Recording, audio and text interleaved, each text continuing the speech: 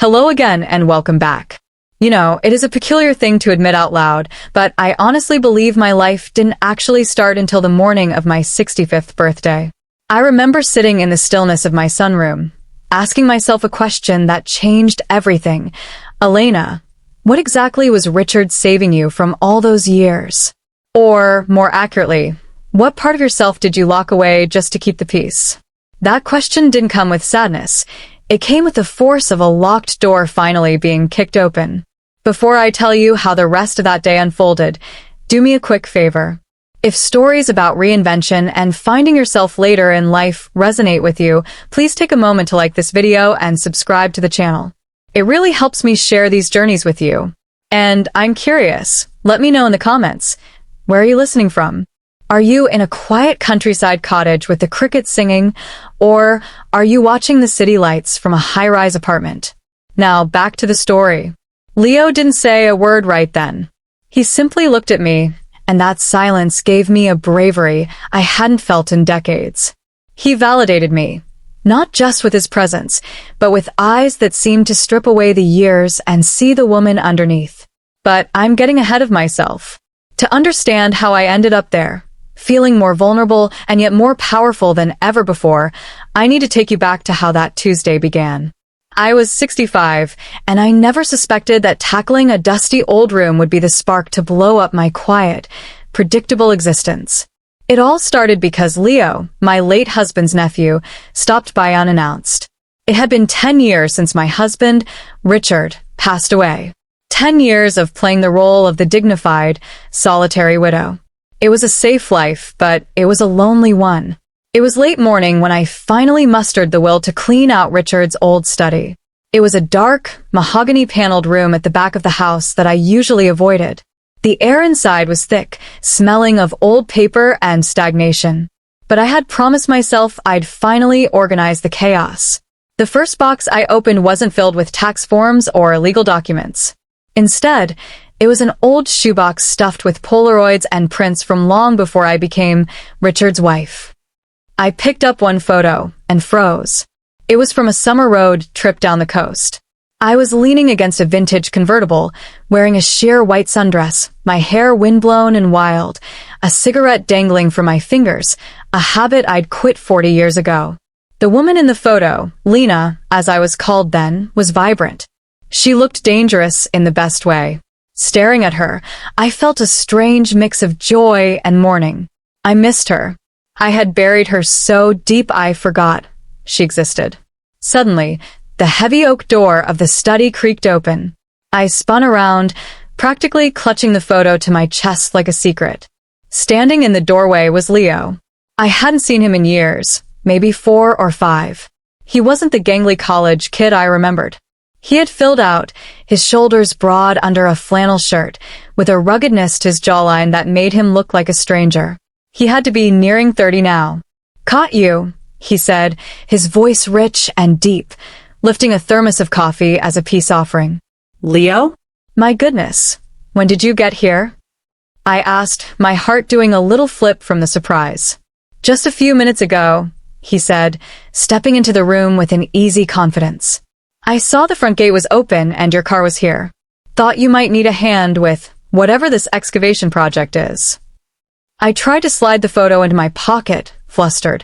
"Oh, I'm just sorting through some old junk. You don't need to worry about it." But he was already crossing the room. He had a natural, commanding presence that made the large study feel small. His eyes dropped to the photo I was failing to hide. "What have you got there?" he asked. Before I could protest, he gently reached out and took the picture from my fingers. I held my breath. He stared at the image of wild Lena by the convertible. He studied it intensely, then looked at me, then back at the photo. Is this you, Elena?" "Well, yes," I laughed nervously, smoothing down my skirt. "A lifetime ago. I was a bit of a free spirit back then." Leo's eyes didn't leave my face. It wasn't the look of a nephew checking in on his aunt. It was the look of a man seeing a woman for the first time.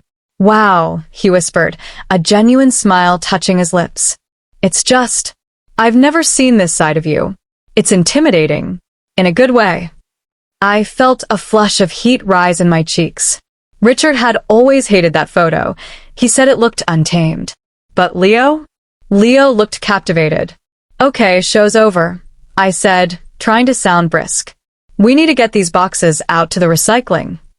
Not yet, Leo said, stepping between me and the boxes. His tone was teasing but firm. We need to respect the history here. You look amazing in this. So fierce. Come on, were there others? I hesitated. The box was full of them. Photos of me dancing on tables, swimming in lakes at midnight, living without breaks. But the way Leo was looking at me, it was like oxygen to a dying fire. All right, I sighed, a small smile betraying me. But don't judge me. He pulled up an old leather ottoman and sat right next to me. We went through the stack. There was one of me in a black velvet halter top, eyes rimmed with dark liner, staring defiantly at the camera. Leo paused on that one. You're breathtaking, he said, his voice low. I mean, you still are, but this... I had no idea you had this kind of edge.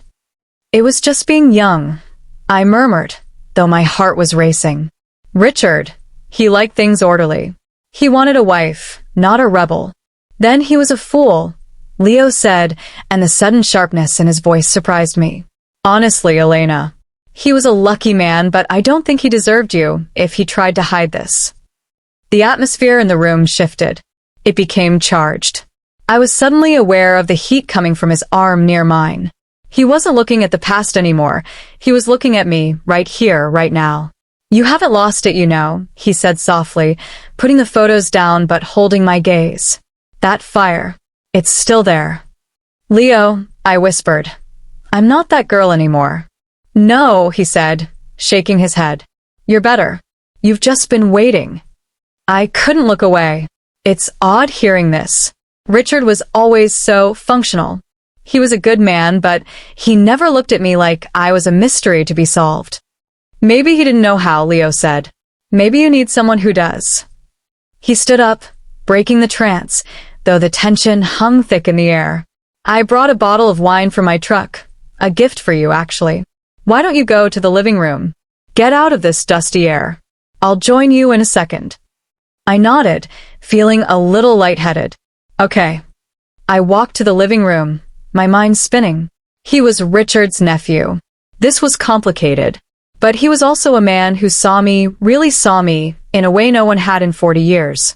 Moments later, Leo walked in with 2 glasses and a bottle of deep red Pinot Noir.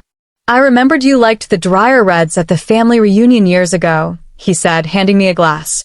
You have a good memory, I said, taking the glass, our fingers brushing. I pay attention to the things that matter, he replied, sitting down on the sofa beside me. To waking up. We toasted. The wine was bold and earthy, warming my blood. We talked for an hour, the conversation flowing effortlessly from memories to dreams I'd abandoned. The distance between us on the couch grew smaller and smaller. Eventually, a silence fell over the room.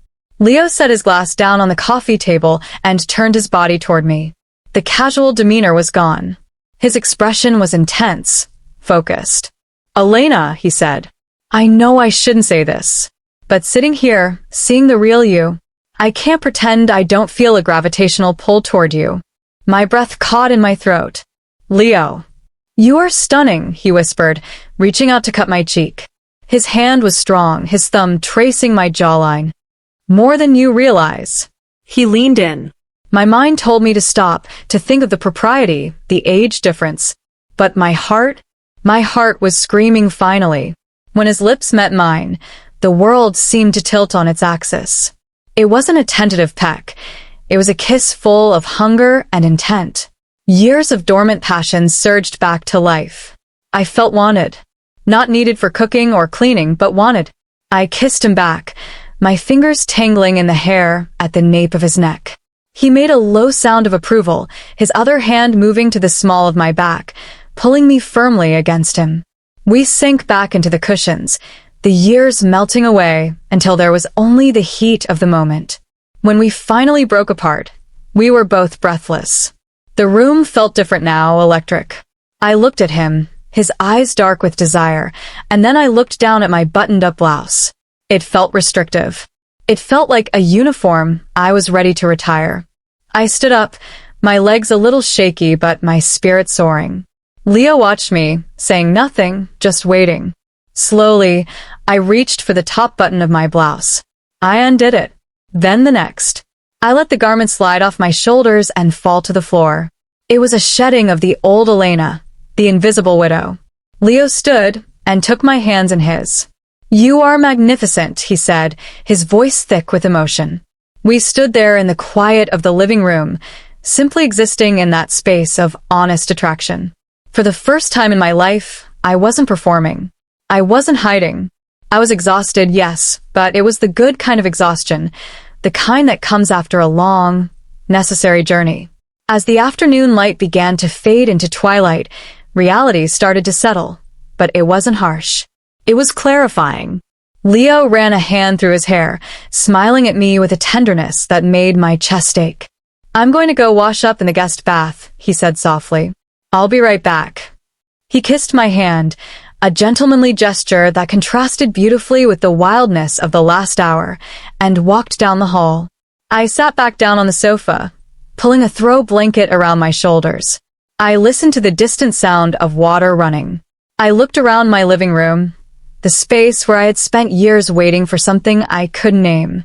I realized then that my spring cleaning was truly finished. I had cleared out the study, but more importantly, I had cleared out the hesitation in my own heart. I wasn't just a relic of the past. I was Elena, and at 65, I was finally, truly awake. And I knew, no matter what happened next, I would never close my eyes again. If this story of awakening touched you, please remember to subscribe and turn on notifications. There are so many more chapters to explore, and trust me, the best stories are the ones that surprise us when we least expect them.